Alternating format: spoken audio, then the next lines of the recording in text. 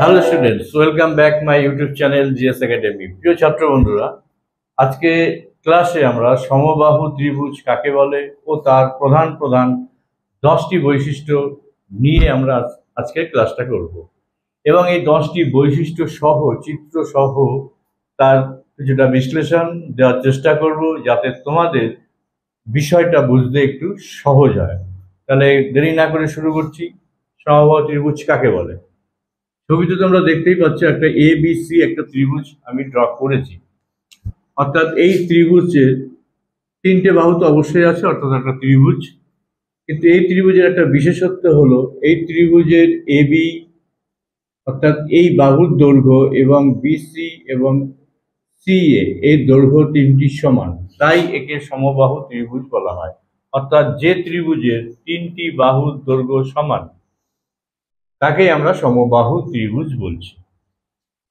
তাহলে এটাও একটা এর প্রধান বৈশিষ্ট্যের মধ্যে চলে আসছে। সমবাহু ত্রিভুজের প্রধান বৈশিষ্ট্য এর বাহু তিনটির দৈর্ঘ্যই সমান হবে, আর তিনটি বাহুর দৈর্ঘ্য সমান, এর তিনটি কোণের পরিমাণও সমান হবে। অর্থাৎ সমবাহু ত্রিভুজের যে তিনটি কোণ রাখা আছে আমরা দেখতে পাচ্ছি, angle A, angle B, angle C, এই তিনটি কোণের পরিমাপও সমান। এটাও একটা এর বৈশিষ্ট্য। তৃতীয় বৈশিষ্ট্য আমরা একটা কি বলতে পারি, তিনটি সমান, আবার যেহেতু তিনটি কোণের সমষ্টি আমরা জানি ত্রিভুজের 180 ডিগ্রি ডিভাইডেড বাই 3 যদি আমরা করি তাহলে 60 ডিগ্রি, অর্থাৎ তিনটি কোণের মানই হবে 60 ডিগ্রি 60 ডিগ্রি করে। এটা একটা খুবই গুরুত্বপূর্ণ বৈশিষ্ট্য, যা সমবাহু ত্রিভুজের ক্ষেত্রেই দেখা যায় বা একমাত্র এই ত্রিভুজেই আছে। যাই হোক, সমবাহু ত্রিভুজের আমরা তিনটে বৈশিষ্ট্য পেয়ে গেলাম। তিনটি বৈশিষ্ট্যের মধ্যে তিনটি বাহুর দৈর্ঘ্যই সমান, তিনটি কোণের পরিমাণ সমান এবং প্রত্যেকটি কোণের মান হবে 60 ডিগ্রি করে। এই ছিল তিনটে বৈশিষ্ট্য। পরবর্তী বৈশিষ্ট্য 4। বৈশিষ্ট্য 4-এ বলা হচ্ছে সমবাহু ত্রিভুজের মধ্যমা, উচ্চতা এবং অন্তঃকোণের সমদ্বিখণ্ডক তিনটি একই হচ্ছে। সমবাহু ত্রিভুজের মধ্যমা আমরা জানি যে কোনো বা ত্রিভুজের কোনো একটি বাহুর মধ্যবিন্দু, ধরে নেওয়া হলো মধ্যবিন্দু D, এবং বিপরীত শীর্ষবিন্দু তার সংযোজক রেখাকেই আমরা বলছি মধ্যমা। অর্থাৎ AD হলো মধ্যমা, তবে মনে রাখবে BD ইকুয়াল টু DC, অর্থাৎ এটা মিডিল পয়েন্ট। এটা মিডিল পয়েন্ট থেকে, অর্থাৎ BC এর মিডিল থেকে তার শীর্ষবিন্দুর দূরত্বকে আমরা বলছি মধ্যমা।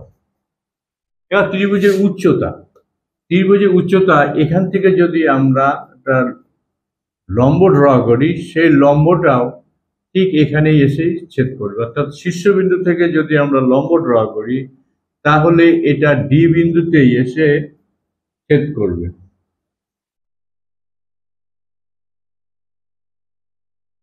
তাহলে উচ্চতাও হচ্ছে এটা এবং মধ্যমা হলো এটা, অর্থাৎ মধ্যমা উচ্চতা আমরা এটাকেই পেলাম। এবার আরেকটা কথা বলা হচ্ছে অন্তঃসম দ্বিখণ্ডক, কোণের অন্তঃসম দ্বিখণ্ডক।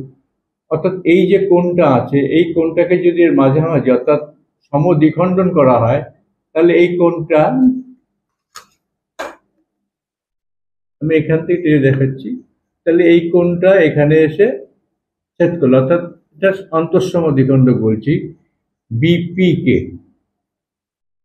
তাহলে বিপিটা এখানে এসে যেখানে ছেদ করলো এটা এর মিডিল পয়েন্টই হবে, অর্থাৎ পিটা এসি এর middle point. A P equal to P, C equal, তাহলে এটা মধ্যমা হচ্ছে একদিক দিয়ে, আবার একদিক দিয়ে অন্তঃসম দ্বিখণ্ডক হচ্ছে। আবার বিপরীত শীর্ষবিন্দু, এটাকে যদি বেস ধরা হয় তাহলে বিপরীত শীর্ষবিন্দু থেকে এটা উচ্চতাও হচ্ছে। ঠিক সেইভাবেই আমরা এখানেও করে রেখেছি আগে, এটা আমি একটা আলাদা এক্সাম্পল দিয়ে দেখালাম। এডিটা যখন এখানে আমরা ড্র করেছিলাম তখন এটাকে কিন্তু সমদ্বিখণ্ডিত করেই করা হয়েছে। অর্থাৎ এই অ্যাঙ্গেলটা যদি আমরা বলি তাহলে angle BAD BAD equal to angle CAD, তাহলে এডিটা অন্তঃসম দ্বিখণ্ডক, এডিটা মধ্যমা, এডি উচ্চতাও, তাই বলা হচ্ছে সমবাহু ত্রিভুজের মধ্যমা, উচ্চতা এবং অন্তঃসম দ্বিখণ্ডক যেটা এপি, এপিটাকে ধরে নিলাম এপি, এটার দরকার নেই, এটা এপি সবই একই। এটা একটা সমবাহু ত্রিভুজের ক্ষেত্রে খুবই ইম্পর্টেন্ট একটা বৈশিষ্ট্য। পরের বৈশিষ্ট্যটা বলা হচ্ছে বৈশিষ্ট্য নাম্বার 5 আজকের দিনের, সমবাহু ত্রিভুজের প্রতিসাম্য রেখা 3। প্রতিসাম্য রেখা সমবাহু ত্রিভুজের তিনটেই হবে। প্রতিসাম্য রেখা কি, ঠিক আমরা এর আগে যেটা মধ্যমা ড্র করেছিলাম ঠিক এই বরাবর যদি আমরা এটাকে ভাঁজ করি, একটা ধরো পেপার কাটিং করে যদি আমরা এটাকে ভাঁজ করি, তাহলে এটাকে যদি মাঝ বরাবর ভাঁজ করি, তাহলে বি আর সি ঠিক এসে, বি বিন্দুটা ঠিক সি বিন্দু এসে পড়বে, অর্থাৎ সমাপতিত হবে। আবার যদি আমরা এখান থেকে ভাগ করি এটাকে প্রতিসাম্য রেখা,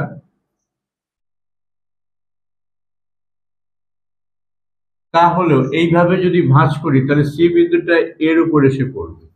এইভাবে তিনটি প্রতিসাম্য রেখা আমরা পাই। আবার ধরো এইভাবে যদি আমরা এটাকে ভাঁজ করি, একটা পেপার কাটিং করে এটা একটা নাম, তাহলে বি বিন্দুটা এ বিন্দুর উপর এসে পড়বে।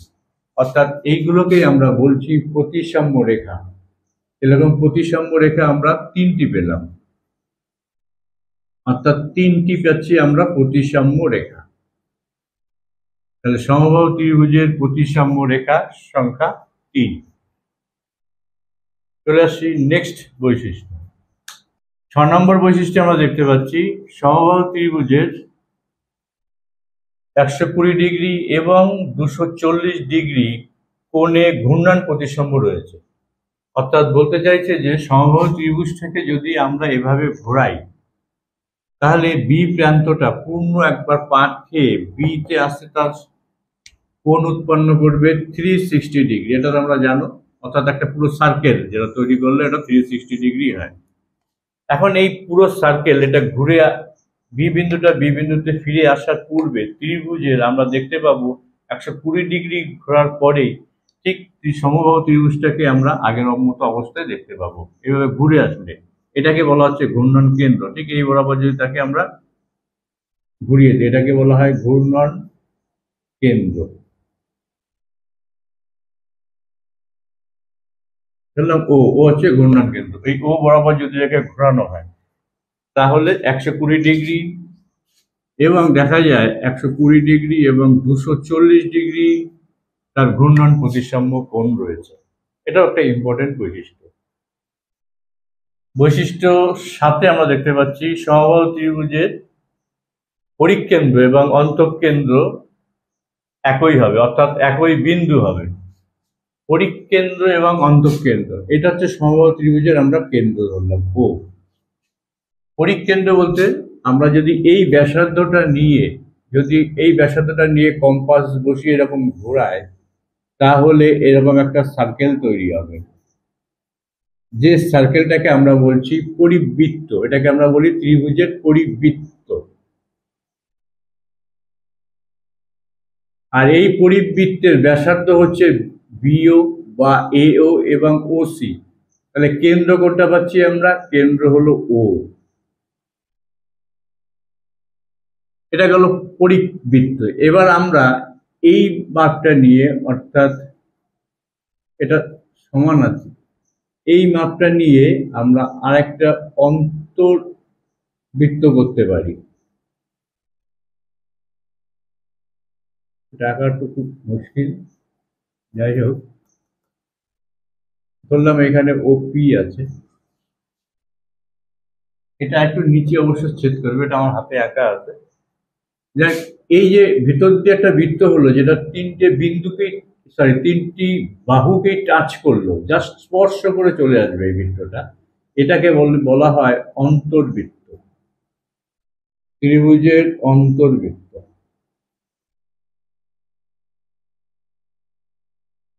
তাহলে এই ত্রিভুজের অন্তর্বৃত্ত ঠিক ও কে কেন্দ্র করে এই হচ্ছে ব্যাসার্ধ, ওডি ওপি ব্যাসার্ধ, ওপি ব্যাসার্ধ নিয়ে ঘোরালে এটাকে 3 থেকে টাচ করে আসবে।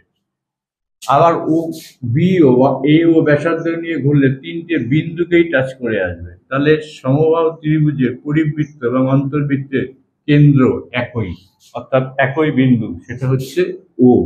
একই বিন্দু, একই কেন্দ্র, সেটা হচ্ছে ও।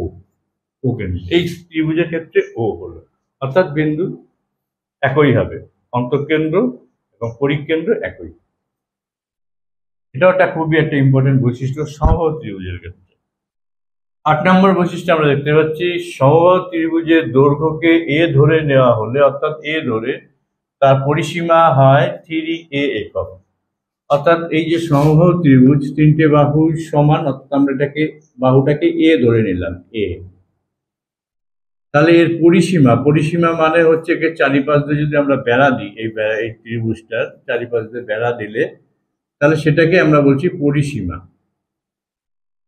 তাহলে পরিসীমার যে সূত্র বা এর পরিমাপ হবে 3a, অর্থাৎ 3 ইন্টু a। সমবাহু ত্রিভুজের এটা আমরা রেখেছি 8 নম্বর বৈশিষ্ট্য। 9 নম্বর বৈশিষ্ট্যে আমরা দেখতে পাচ্ছি সমবাহু ত্রিভুজের ক্ষেত্রফল √3 বাই বাহু ইন্টু স্কোয়ার। অর্থাৎ ক্ষেত্রফলের যে সূত্র